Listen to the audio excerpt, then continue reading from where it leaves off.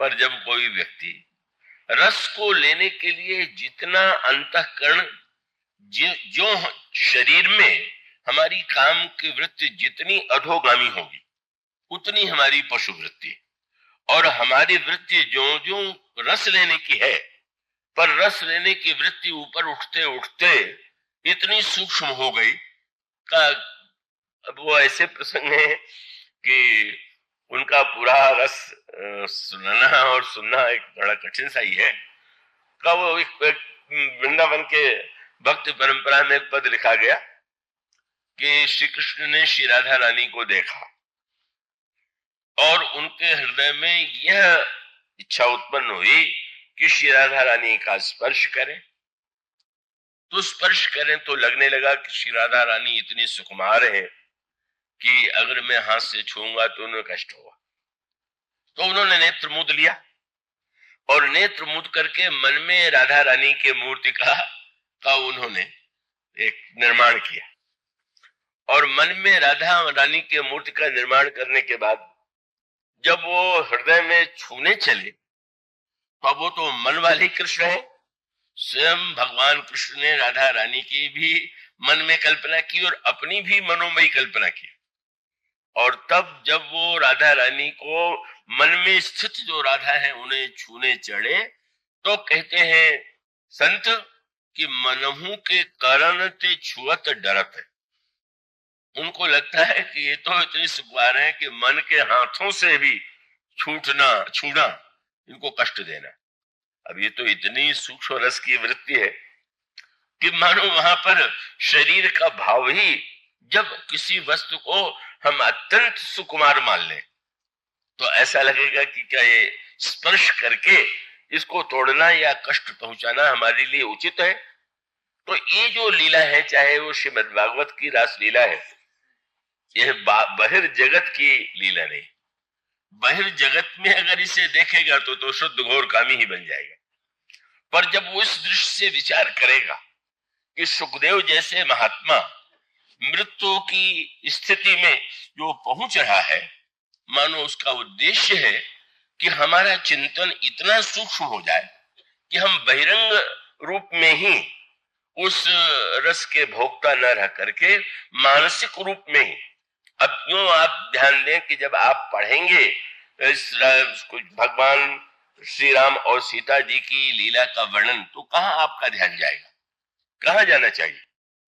अब आप अपने मन में ही तो आपके मन का ही एक भाग भगवान राम के रूप में और आपके मन का ही एक भाग श्री सीता जी के रूप में, तो मानो आपका मन अपने आप में ही दो भागों में बैठा हुआ आनंद का वितरण और आनंद का उपभोग कर रहा है।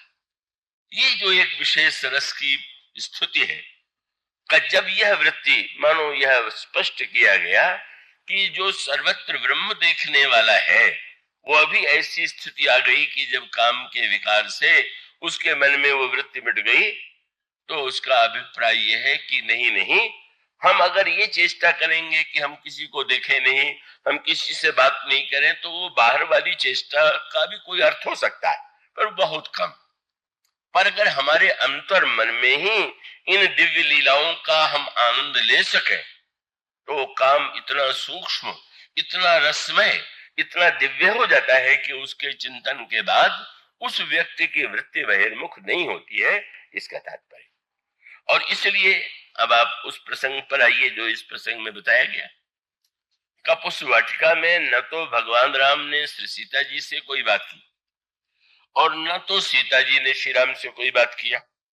एक परिणति तो यही हो सकती थी कि दोनों एक दूसरे का परिचय प्राप्त कर लेते, दोनों एक दूसरे से मानो गांधार विवाह के रूप में, जैसे विवाह प्राचीन काल में का शकुंतला के प्रसंग में आप पढ़ते हैं, उस तरह से विवाह कर सकते थे, पर ऐसा कुछ नहीं हुआ। तो नहीं हुआ, पर अब वो जो मिलन की पराकाष्ठा, उस मिलन की पराकाष्ठा का जो रूप है, का मिलना तो दूर रहा, दोनों ने एक दूसरे से एक वाक्य का भी कोई विनिमय नहीं किया। न भगवान राम श्री सीता जी से बोले, न तो श्री सीता जी भगवान राम से बोलती हैं, पर मिलन हुआ कि नहीं हुआ? गोस्वामी जी स्पष्ट कर देते हैं कि इस मिलन का आनंद तो वही ले सकता है जो शरीर भाव से ऊपर उठे, क्योंकि वो तो मन में ही हुआ, जो हुआ वो तो प्रत्यक्ष कुछ नहीं हुआ। और तब गोस्वामी जी ने साधना का एक बड़ा सुंदर क्रम प्रस्तुत किया।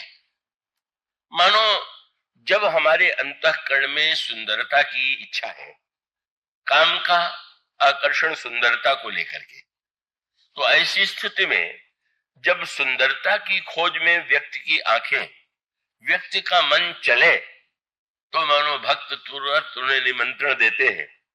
कहा जाता है कि सुखदेव जी तो विरक्त हो गए थे, तो वो तो कुछ पढ़ते भी नहीं थे, वो तो सिद्ध ज्ञान में थे, और व्यास जी की इच्छा थी कि हम सुखदेव को श्रीमद् भागवत की शिक्षा दें। उन्होंने ऐसे दिव्य ग्रंथ का निर्माण किया था, तो उन्होंने एक ही उपाय निकाला कि अपने शिष्यों को एक पाठ रटाया, एक श्लोक रटाया और कहा कि सुखदेव जहां पर बैठे हुए हो वहां तुम ये श्लोक बार बार पढ़ना। उस श्लोक का बड़ा सुंदर श्लोक है जिसमें भगवान कृष्ण की रूप माधुरी का वर्णन है। बरहा पीड़म नटवर बहु, इस तरह से श्याम सुंदर की रूप माधुरी का चित्र उसमें प्रस्तुत किया गया है। और वो वर्णन बार बार सुनते सुनते सुखदेव जी के मन में जिज्ञासा हुई कि जिसकी सुंदरता का वर्णन किया जा रहा है वह कौन है, जिनका आकर्षण इतना अधिक है सभी लोग सम्मोहित हो जाते हैं, जल केवल चेतन ही नहीं जड़ भी सम्मोहित हो जाते हैं, वह कौन है।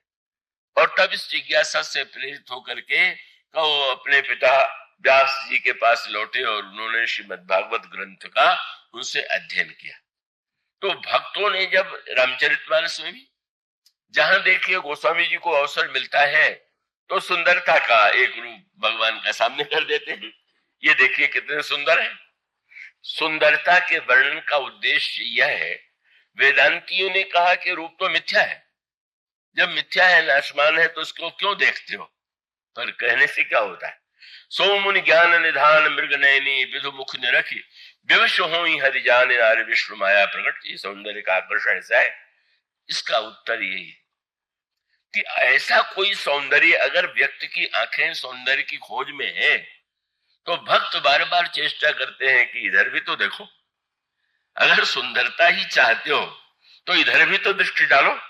और इसलिए कितने रूपों में भगवान का वर्णन करते हैं, एक से एक बढ़कर के सुंदर झांकियां प्रभु की प्रस्तुत करते हैं।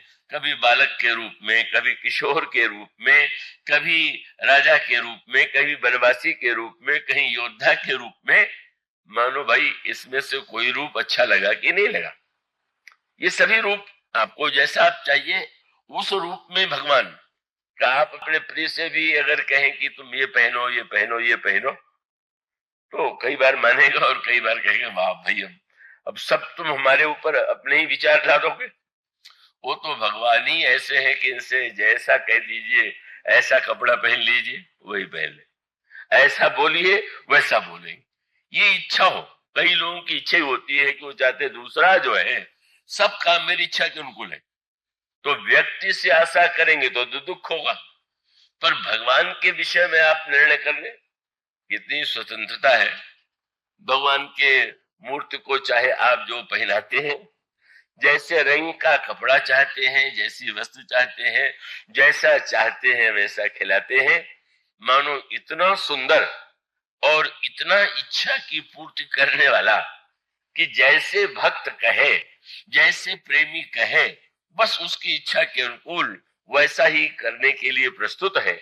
ऐसा सुंदर कौन होगा, और सुंदर के साथ इतना उदार कौन होगा, शीलवान कौन होगा। तो इसलिए का यह सौंदर्य वर्णन हमारी काम की वृत्ति को अपनी ओर खींचने के लिए। और उसके बाद मानो इसी क्रम से एक साधना के क्रम का भी वर्णन यहां पर किया गया। क्या, पहले सौंदर्य का वर्णन यहीं से तो प्रारंभ हुआ।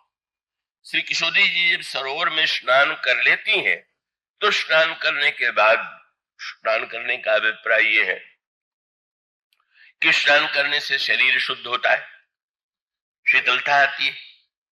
तो उसी प्रकार से जब हम भगवान की कथा सुनने के लिए प्रस्तुत हो तो उसका क्रम यही है कि पहले बिना नहाए कथा में मत आइए। नहाने का अर्थ इस जल से नहा करके, कई लोग तो नहा के आते हैं तो सोने लग जाते हैं, वो उस तरह के स्नान की आवश्यकता नहीं।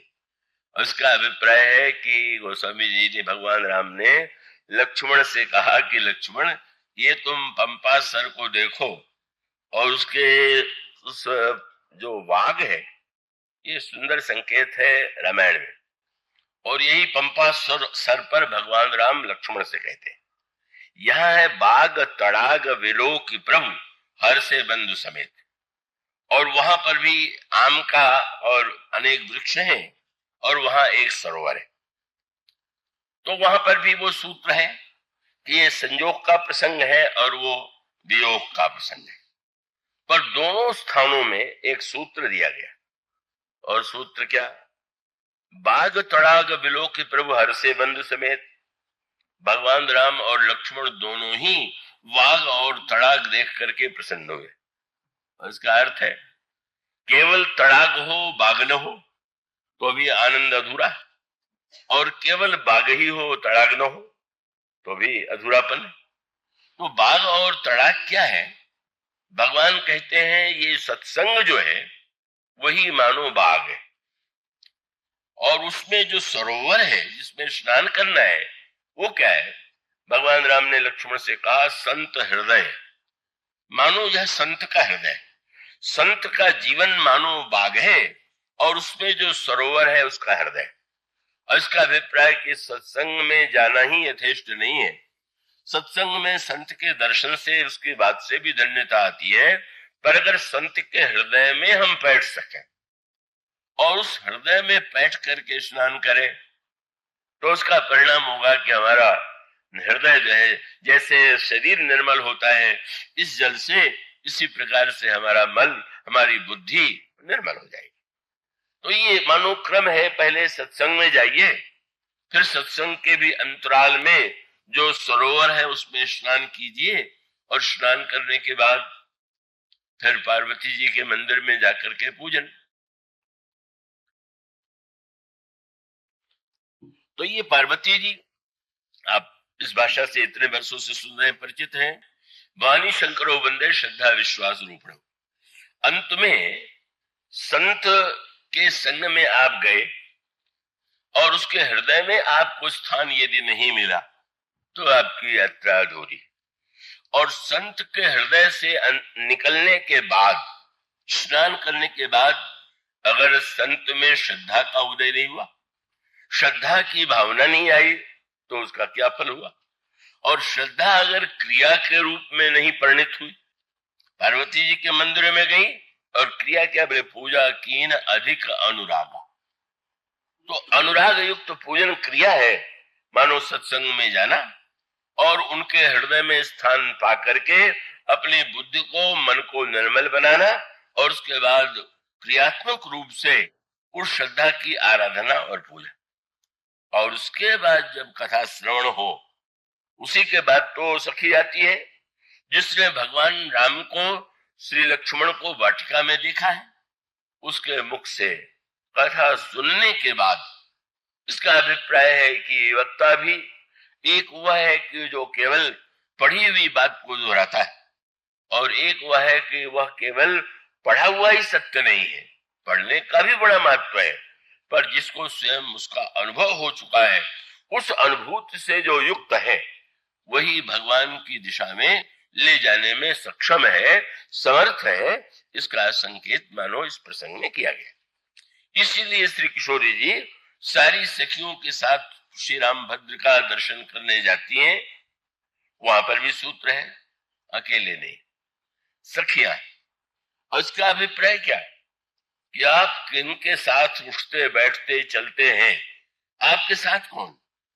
इसका मूल सूत्र यह है कि सीता जी के आसपास सखियां भी उसी भावना से भरी हुई, जो उस वृत्ति को प्रोत्साहित करती। लंका में भी तो उनके पास स्त्रियां ही बैठी हुई, पर वो स्त्रियां जिनको रावण ने नियुक्त किया है और उनका उद्देश्य यही है कि बस इनको डराओ, इनको समझाओ, इनके मन में मेरे प्रति आकर्षण उत्पन्न करो। तो मानो सत्संग करने के बाद भी अगर हम निरंतर बुरे व्यक्तियों से ही घिरे रहें तो फिर कभी क्षण भर के लिए हमने स्नान किया का बड़ी अनोखी बात आई। मन्य कुंजर शौचवत, ऐसे भगवान वेद व्यास ने कहा, बोले जो गुरु में मनुष्य बुद्धि रखता है उसका स्नान जो है वो तो हाथी के स्नान की तरह। हाथी का स्नान माने आप देखेंगे महावत उसको ले जाएगा, नदी में स्नान करावेगा और लौटने के बाद पहला काम हाथी ये करता है कि वो जहां बालू धूल है वो अपने ऊपर उखाड़ करके डालने लगता। तो मन ने कुंजर शौचवत, उधर स्नान किया, उधर ऊपर से पड़ रहा है कूड़ा करकट। तो मनुष्य का अभिप्राय कि साथ वाले कौन है? आपके अंतर हृदय की भावनाओं को वो प्रोत्साहित करते हैं कि आपके अंतःकरण में दुर्वृत्तियों का संचार करते हैं। इसलिए सखी जी जो है, संग सखी सब सुभग सयानी, गावहीं गीत मनोहर वाली, बड़े मधुर स्वर में वो गायन कर रही है। जो उन गायन के द्वारा जहां पर उस दर्शन की उत्कंठा को और प्रेरणा मिल रही। और उसके पश्चात जब वे वहां पहुंचती हैं तो गोस्वामी जी कहते हैं कि जहां पर उस सखी ने देखा था वहां तो श्री राम मिले नहीं। तो इसका मानो तात्विक तात्पर्य ये है कि ईश्वर कहाँ मिलेगा, किसको कहाँ मिलेगा। अगर कोई ईश्वर का निश्चित पता होता तो सबको पता दे दिया जाता है कि जाओ वहां मिल, पर उसकी तो अनोखी स्थिति है। यह तो सर्वत्र है और यह सर्वत्र होते हुए न तो दिखाई देता है न मिलता जुलता है। तो अब स्वाभाविक है कि सखी ने जहां देखा था वहीं बता दिया। तो जितने आचार्य हैं, संत हैं, महापुरुष हैं, चाहे वो कोई भी धर्म हो, जिसने जिस मार्ग से साधना में सफलता पाई है वो उसी का वर्णन करेगा, वहीं आपको ले जाएगा और ले जा करके ये कहेगा कि यहाँ पर भगवान है। गोस्वामी जी के लिए कहा जाता है कि चित्रकूट में उन्होंने भगवान का दर्शन पाया। तो ये तो चित्रकूट में भगवान का दर्शन, ये तो नहीं कि जितने यात्री जाते हैं सबको चित्रकूट में जाते ही भगवान का दर्शन हो जाता हो। कई लोग तो इतने हताश हो जाते हैं। एक व्यक्ति के सामने कभी चर्चा चल गई तो चित्रकूट की जो रसमयता का वर्णन उन्होंने सुना तो चले गए। मुझसे थोड़ा खुले हुए थे, लौट करके कुछ दिन बाद मिले, कहाँ भेज दिया है आपने, कोई आनंद ही नहीं, वहां तो बिल्कुल बेकार की जगह है। जिस राग रस को चाहते हैं वो तो वहां कुछ नहीं है। तो चित्रकूट में भगवान का दर्शन तुलसीदास जी को हुआ, आपको न हो और आप ये मान ले कि नहीं, ये तो झूठ कहा उन्होंने। तुलसीदास जी ने तो दोहावली में लिख दिया, चित्रकूट में बसत प्रभु नित सिय लखन समेत। वो रहते हैं तो दिखाई क्यों नहीं देते? अब या तो माने वो दोहा सही नहीं है, गोस्वामी जी ने ऐसे का पाक दिया, और है तो उसका अर्थ है कि गोस्वामी जी के जीवनी में भी तो ये बात आती है कि उनके सामने से ही भगवान निकल गए। घोड़े पर बैठे हुए राजकुमार के रूप में गोस्वामी जी कामदानाथ जी की परिक्रमा में बैठे हुए थे। दो राजकुमार घोड़े पर बैठे हुए निकले, तो तुलसीदास जी ने देखा रे कोई है संसारी राजकुमार, शिकार विकार खेलने आए हुए हैं, आंखें नीचे करके बैठ गए। उसके बाद हनुमान जी आए। हनुमान जी ने तुलसीदास जी से कहा, देखा तुमने दर्शन किया? नहीं महाराज। वो जो दो अभी इधर से गए हैं घुड़सवार, वो कौन थे? मानो संकेत ये है कि अब किसी को वो दर्शन ही नहीं, और दर्शन भी हो तो आवश्यक नहीं कि ये लगे कि ये भगवान ही है। तो फिर ये वर्णन आता है कि जब भगवान का दर्शन उन्हें फिर से दूसरी बार हनुमान जी ने कराया तो उस समय भी उन्होंने दोहे के द्वारा तुलसीदास जी को यह संकेत दिया कि ये श्री राम। और इसका अभिप्राय यह है कि ईश्वर को देखने के लिए हमें जो दृष्टि चाहिए वो दृष्टि तो किसी न किसी भक्त या संत से ही या गुरु से ही व्यक्ति को मिल सकती है। और वह दृष्टि लेकर के ही व्यक्ति का एक मंत्र आता है, बोले लोग किसी ने गोस्वामी जी से भगवान है तो दिखाई क्यों नहीं देते? तो अनुभव के बाद तो उन्होंने यही कहा कि अब दिखाई तो आते तो बार बार है। नैनन निरखी कृपा समुद्र हर, अगजग रूप भूप सीतावर। कब कितने रूपों में वो भगवान आते हैं, नित्य आते होंगे, ऐसा नहीं है। भगवान के विषय में प्रसिद्ध कथा प्रसिद्ध है, किसी भक्त को स्वप्न हुआ कि हम कल तुम्हें दर्शन देने के लिए आएंगे। अब उसने सुना तो बस सफाई कराया, खूब जल छिड़का, सुगंध और बंधनवार, और वो एक भिखारी आ गया। भिखारी ने कहा मैं तो भूखा हूं, कहा मुझे रोटी दो। उन्होंने कहा इस समय तुम चले जाओ, बात इस समय आने वाले हैं, तुम्हें क्या गंदा कपड़ा पहने हो, चले जाओ। भिखारी चला गया। उसके बाद बुढ़िया कांपती हुई आई, जाड़े के दिन है, मैं जाड़े में परेशान हूं, कोई हमें कंबल वस्त्र दे दो। नहीं नहीं, तुम कहाँ इस समय आ गई, ये कोई समय है, समय देख करके आना चाहिए। फिर जब देखो तब कंबल भगा दिया। दिन भर स्वागत के लिए वो बेचारा बैठा रहा, भगवान तो आए नहीं। व्याकुल होकर के कहा महाराज आपने क्या हमको इस तरह से कह दिया, मैंने सबसे कह दिया, स्वागत का प्रबंध किया, आप तो आए ही नहीं। तो भगवान ने कहा मैं तो दो दो बार आया, अब तूने लौटा दिया तो मैं क्या करूं। और उसका अभिप्राय कि भगवान तो न जाने कितने वेशों में कब आ जाते हैं, इसीलिए तो भक्तों ने कहा रे सबसे मिलिए धाय, ना जाने के ही वेश में नारायण मिल जाए। तो अनगिनत रूपधारी प्रभु जो है आते हैं तो हम देख नहीं पाते। हमारी दृष्टि जब ऐसी बन जाए भक्तों के द्वारा और भगवान आवे तो हम उन्हें देख सके। और उसमें भी ये निराश होने की आवश्यकता नहीं है कि अगर किसी संत के द्वारा कोई किसी को उसने कहा कि अनुभव हुआ है और तत्काल न हो तो उसकी आस्था या उसका विश्वास समाप्त हो जाए। इसलिए मानो संकेत था कि प्रभु यह कहते हैं कि भाई वो तो मैं सर्वत्र हूं, पर मेरी मौज है कि मैं किसको कहां मिलूंगा, किसको मैं कारागार में मिलूंगा, किसको राजमहल में बनूंगा। राम बन करके आए तो राजमहल में मिले, कृष्ण बन करके आए तो कारागार में दर्शन दिया, उनका कोई ठौर ठिकाना निश्चित नहीं। और तब सीता जी की क्या स्थिति हो गई, गोस्वामी जी ने सूत्र दिया, चितवत चकित चहु दिश सीता, कहां गए नृप किशोर मन चिंता। सीता जी के हृदय में बड़ी चिंता उत्पन्न हो गई। और भाई ये चिंता तो क्या कहना है, कोई ऐसा विश्व में है ही नहीं कि जिसके जीवन में ये चिंता न हो। चिंता जो है ये बहुत, इसके लिए रामायण में शब्द कहा गया, कौन संसार में ऐसा व्यक्ति है कि चिंता सांपिनी को नहीं खाया, और कहीं जग जाहि ने व्यापी माया। ये चिंता की सर्पिणी ने किसको नहीं खा डाला। और सर्प तो केवल डसते हो, पर चिंता की सर्पिणी तो व्यक्ति को खा जाती। वो मानो अजगरी वृत्ति वाली सर्पिणी होगी जिसमें व्यक्ति समा जाता है। और यह चिंता, और उस चिंता के संदर्भ में अनेक भक्त संत कवियों ने, फलतुदास जी ने तो जो गिनाना प्रारंभ किया तो उन्होंने कहा आग लगी हुई। कौन कहां आग लगी हुई है, बोले चिंता की लगी आगे है, जरे सकल संसार।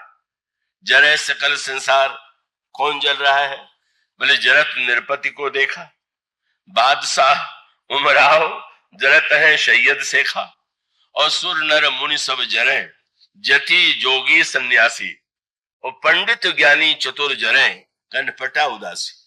जंगम सेवरा जरे, जरे नागा बैरागी। क्यों, बोले कौन बचते भागी, क्यों, बोले दोपहरे लागी आगी। जेठ के महीने में दोपहर में आग लग जाए तो क्या दशा होगी। तो महाराज यही सुनाने के लिए आप आए हैं क्या, ये आग लगी है और सब जल रहे। उनका नहीं नहीं, पलटू बचते संत जिन, लिया नाम आधार, चिंता की लगी आगे है जरे सकल संसार। तो ये चिंता जो व्यक्ति के मन में, बुद्धि में और चित्त में, ये चिंता के तीन केंद्र हैं। इसका विश्लेषण तो बड़े विस्तार से किया जा सकता है। मानसिक चिंता होती है हमारे जीवन में, वर्तमान काल में ऐसी अनेक घटनाएं होती हैं कि जिससे हम व्याकुल होकर के चिंतित हो जाते हैं क्या होगा। ये मानसिक चिंता वर्तमान से, घटनाओं से जुड़ी हुई चिंता। और दूसरी चिंता बौद्धिक चिंता। इसका अभिप्राय है कि अभी तो कोई चिंता की घटना नहीं हुई, पर अब बूढ़े हो रहे हैं और समाचार पत्रों में रोगों का नाम निकलता रहता है। अब वो सारे लक्षण जो है सोचता है कहीं हमी को तो नहीं हो रहा। वो हमारे स्नेही श्री गोपाल जी मिश्र तो ऐसी बात नहीं, इलाहाबाद विश्वविद्यालय में पढ़ते थे, तो जो पाठ्यक्रम था उसको पढ़ने के साथ साथ वो और ग्रंथ भी पढ़ते थे, तो चिकित्सा के ग्रंथ भी। तो एलोपैथी का एक ग्रंथ उन्होंने पढ़ा और जो रोग के लक्षण उन्होंने देखे उनको लगा कि सब मुझ में। गए डॉक्टर के पास, डॉक्टर से ये कह देते कि मुझे रोग है, कोई दवा दीजिए, तो बात और थी। उनको लगा कि ये तो सभी रोगी बता देते हैं कि हमें कष्ट है, मैं रोग का नाम भी बता दूं जिससे डॉक्टर साहब को दवा देने में कठिनाई न हो, और ये भी समझ लें कि कोई साधारण मूर्ख रोगी नहीं। थोड़े पांडित्य से उन्होंने यही कहा कि वो मुझे रोग हो गया है। और जो डॉक्टर ने सुना तो हंसते हंसते, इतना उसको हंसी आ रही थी, डॉक्टर साहब मैं बीमार हूं, आपसे दवा मांग रहा, आप हंस रहे। बोले तुम रोगी हो इसमें हंसी नहीं आ रही, पर जब तुमने बताया कि मुझे ये रोग हुआ है, तो रोग केवल स्त्रियों को होता है, पुरुषों को नहीं होता है, तुमने सारा लक्षण अपने में मान लिया। मानो आरोपित दुख, अगर ये कैंसर है या ये है या वो है, बस हर क्षण यही चिंता कि अब क्या होगा, वृद्धावस्था में क्या होगा, ऐसा होगा तो क्या होगा। मानो बुद्धि से सोचता है भाई हम भविष्य की चिंता कर रहे हैं, पर वो भविष्य की चिंता कहां कर रहा का, वो तो भविष्य में चिंताओं की सृष्टि कर रहा है नहीं और उसकी चिंता कर रहा है। इसलिए अर्जुन ने जब कहा कि मैं नहीं लड़ूंगा, तो इतना ही भगवान से कहता, तो भगवान कहते अच्छा क्यों, कि नहीं महाराज मैं नहीं मारना चाहता। पर वो गीता में आता है, अर्जुन ने गिनाना प्रारंभ किया, जब योद्धा मारे जाएंगे तो फिर कितनी स्त्रियां विधवा होंगी, कितना अनाचार फैलेगा, फिर पिंडदान की क्रिया क्या होगी, श्राद्ध क्या होगा, समाज में ये हो जाएगा वो हो जाएगा। जो भगवान ने सुना तो लिखा हुआ है प्रहसन्निव भारत, खूब हंसे। हंसने का अभिप्राय क्या, भगवान को लगा कि मैंने संसार को बनाया, मुझे चिंता नहीं, चिंता इसी को अधिक। माने चिंता जो आपके लिए नहीं है वो भी आप, रोगी जो होने हैं उनके विचारों को कष्ट है, और मन में ही आप बुद्धि पूर्वक वो चिंता अपने में आरोपित कर ले, तो इससे बढ़कर के अज्ञान क्या है, पर व्यक्ति ये भी करता है। और कुछ चिंताओं का संबंध चित्त से होता है। उसका अभिप्राय यह है कि पूर्व पूर्व जन्मों से इसको अभिनिवेश कहते हैं। इतना तीव्र संस्कार मृत्यु का है कि वो व्यक्ति की उस अभिनिवेश जन्य चिंता जो है वो चित्त के संस्कार में पैठी हुई, उससे बचना सबसे कठिन। तब चिंता छोड़ दो ये कह देना बड़ा सरल, चिंता मत करो ये कोई भाषण में कथा में बार बार कहा जाता है, लेकिन व्यक्ति बेचारा चिंता छोड़ नहीं पाता है। और तब मानो यह कहा गया कि नहीं भाई चिंता कोई बात नहीं है, ये क्यों कहें कि चिंता मत करो। उस चिंता का अगर कोई सदुपयोग हो सके तो चिंता का सदुपयोग कीजिए, और वो चिंता का सदुपयोग या तो विश्वामित्र के प्रसंग में या श्री सीता जी के प्रसंग में। और इसका अर्थ ये कि चिंता, और उसके साथ आपने एक शब्द सुना होगा, भगवान की भक्ति क्या है, बोले राम भक्ति चिंता मणि सुंदर। बस चिंता में एक मणि शब्द जोड़ दीजिए, चिंता चिंता मणि हो गई। और मणि ये रहती कहाँ है, तो बोले सर्प में, तो बोले चिंता की सर्पिणी में ही वो मणि भी समाई हुई। चिंता अगर भगवान की दिशा में मुड़ जाए कि भाई हम चिंता करके क्या करें, प्रभु ये तो चिंता आपको ही, क्या आपके समक्ष ही निवेदन है। अपनी चिंता को जो ही हम भगवान से जोड़ देते हैं, वो चिंता चिंता न रह करके चिंता मणि बन जाती। और वो भक्त की चिंता मणि जो है, कब उस जयद्रथ को मारने की प्रतिज्ञा अर्जुन ने किया, और उसके बाद अगर सायंकाल सूर्यास्त से पहले मैं जयद्रथ को नहीं मार दिया तो मैं शरीर को अग्नि में जला दूंगा। भगवान और अर्जुन एक ही कक्ष में सोते थे, भगवान अपने पलंग पर, अर्जुन अपने पलंग पर। अर्जुन सोया, नींद में, गहरी नींद में डूब गया, और भगवान पलंग पर बैठ गए और रात भर नींद नहीं आई। और जब सुबह 4 बजा तो कहने लगे, सारथी को बुलवाया, दारुक को, मेरा रथ ले आना, मेरे अस्त्र शस्त्र भी उस पर रख लेना। महाराज क्यों? कल शायद मुझे युद्ध करना पड़े। आप भूल गए क्या? आपने प्रतिज्ञा किया है कि आप अस्त्र नहीं उठावेंगे। कहने लगे कि देखो, प्रतिज्ञा तो एक और है, पर क्या तुम समझते हो कि मेरा मित्र जो है वो अपने प्राण त्याग दे और मैं अपने प्रतिज्ञा के लिए बैठा रहूंगा? अगर वह सफल नहीं हुआ तो मैं शस्त्र का प्रहार करके जयद्रथ का वध करूंगा। तो जज्ञा जो वो बस दारुक चकित हैं। और जब उधर अर्जुन की नींद खुली तो भगवान ने कहा कि अच्छा, प्रतिज्ञा करके तुम रात को गहरी नींद में सो गए? तुमने चिंता तुमको नहीं थी कि कैसे प्रतिज्ञा पूरी होगी? अर्जुन ने यही कहा, जब चिंता करने वाले आप बन गए, अब आपकी भी नींद खराब हो, मेरी भी खराब, इससे क्या लाभ? और इसका अभिप्राय है कि जो ही हम अपनी चिंता को भगवान की दिशा में, और ये संत की कला यही है और भक्ति की भी, या तो गादी तो नए मन चिंता व्यापी, हरि बिनु मरी ही निश्चर पापी, वो चिंता उन्हें भगवान के पास ले जाती है। और या तो श्री सीता जी की चिंता अंत में भगवान के रूप का दर्शन कराती है। इसके बाद की चर्चा कल होगी। आज बोलिए सिया।